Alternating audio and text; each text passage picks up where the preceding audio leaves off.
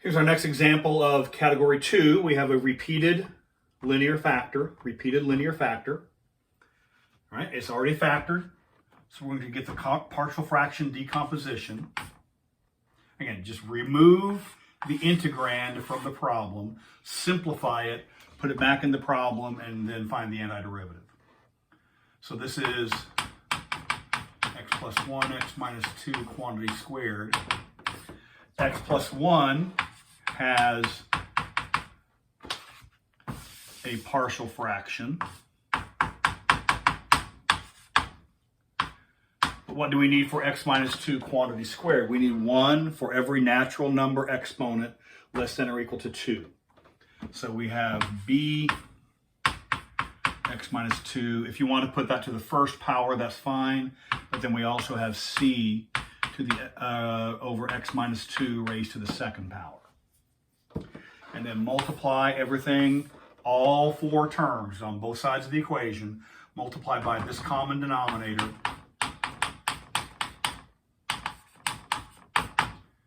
On the left-hand side, we know what happens. Everything cancels. You're left with just the numerator. On the right-hand side, when you distribute here, the x plus 1's cancel. You're left with a times the x minus 2 to the second. When you distribute here, this x minus 2 cancels with one of these, but one of these is still here. X plus 1, x minus 2 squared. One of these cancels with this one. There's still one left over. So b is multiplied by x plus 1, x plus 1, times the remaining x minus 2.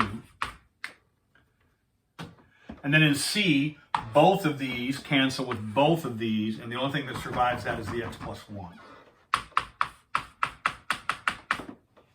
All right? And now we choose x to be any number we want. We might as well choose the easy ones. And so we're going to choose 2. That's going to cause these 2 terms to vanish. Later, we're going to choose x to be negative 1. It's going to cause those 2 terms to vanish. And then we need something else that's convenient. You might as well pick 0. Plug 0 into there, and that's going to allow you to find the missing coefficient. On the left-hand side, remember on the left-hand side we said you always need to compute? Well, because this numerator is so simple, there's not a whole lot of computing on the left-hand side. That's kind of a good news here for this. Okay, I'm going to choose x to equal 2. On the left-hand side, there's no x to plug in. The left-hand side is constant at 9. There's no x to play with.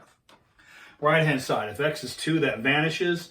If x is 2, that vanishes. C, we have c times 2 plus 1, c times 3. Out of that, we get c is equal to, try that again. We get c is equal to 3. All right, so we've got one coefficient. Next piece. Let x equal, what's my next choice? My next choice is negative 1. If x is negative 1, this piece falls out, boom. This piece falls out, boom. But a remains.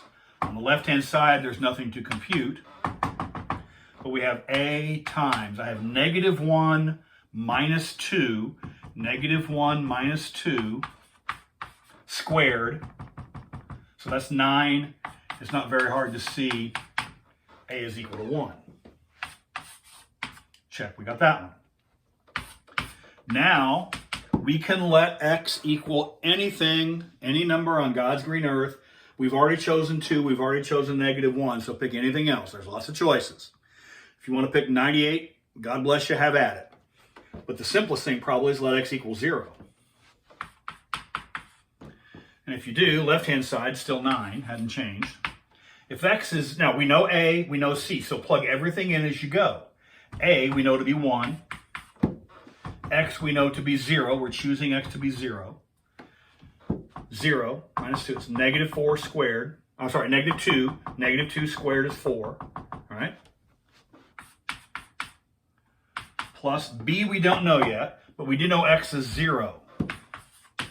So that gives us 1 times negative 2. You actually need to do the arithmetic correctly. 0 and 1 is 1. 0 and negative 2 is negative 2. What happens to me sometimes, I don't know about you guys, what happens to me sometimes is you get so intent on the process that the arithmetic leaves your brain. You start doing things like, what's 0 plus 3? 0 plus 3, and you forget what 0 plus 3 is. You actually do need to do the arithmetic correctly. If x is 0, that's 1, that's negative 2. 1 times negative 2 is negative 2. We'll hear in just a little bit.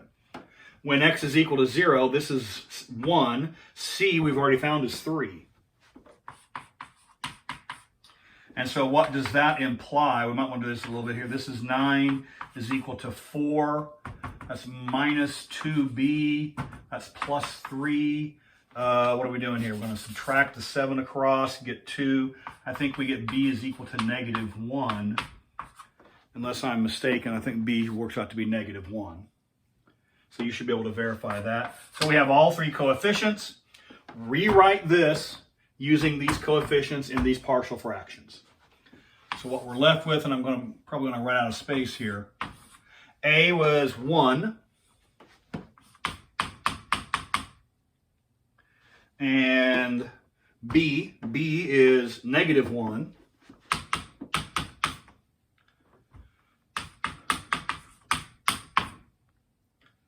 And C, what's C? Where's my number? C is 3, right? C is 3. So this is 3 over that. That is a natural log form. That is a natural log form. That's a U substitution. And that's just about all there is. So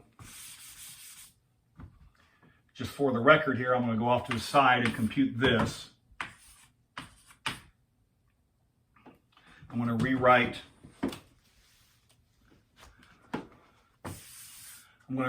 this last integral, just this last integral. 3, I have x minus 2 to the negative 2.